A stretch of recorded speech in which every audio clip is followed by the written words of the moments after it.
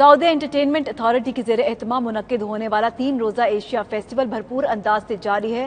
گزشتہ روز کی طرح آج بھی فیسٹیول میں شرکت کرنے آنے والی عوام خوشی دیدنی تھی۔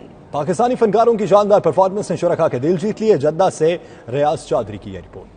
سعودی عرب کے شہر جدہ میں ایشیائی ثقافت کے میلے نے رونقیں بکھیر دیں۔ ایشین فیسٹیول میں سینکڑوں افراد شریک ہوئے، جبکہ پاکستانی کمیونٹی نے بھی فیملی کے ہمراہ بھرپور شرکت کی۔ شو میں بھارتی گلوکار سری لنکن بینڈ کے ساتھ سندھی گلوکار نے بھی فن کا مظاہرہ کیا۔ پاکستان کے ہر دل عزیز گلوکار ابرار الحق نے اپنی شاندار پرفارمنس دکھائی تو کئی لوگ رقص کرنے پر مجبور ہو گئے۔ 92 نیوز سے گفتگو کرتے ہوئے شرکاء نے کہا کہ یہ فیسٹیول پاکستانی کمیونٹی کے لیے بہت بڑی کاوش ہے۔ انہوں نے کہا وہ خادم الحرمین الشریفین شاہ سلمان بن عبدالعزیز اور ولی عہد محمد بن سلیمان اور سعودی انٹرٹینمنٹ اتھارٹی کے مشیر محترمہ نوشین وسیم کو اس بہترین ایونٹ کے انعقاد پر خراج تحسین پیش کرتے ہیں۔ سعودی عرب میں پہلی بار اوورسیز کمیونٹیز کے لیے حکومت کی جانب سے فیسٹیول کا انعقاد کیا گیا ہے، جسے لوگوں نے بہت احسن اقدام قرار دیا ہے۔ ریاض چودھری، 92 نیوز، جدہ، سعودی عرب۔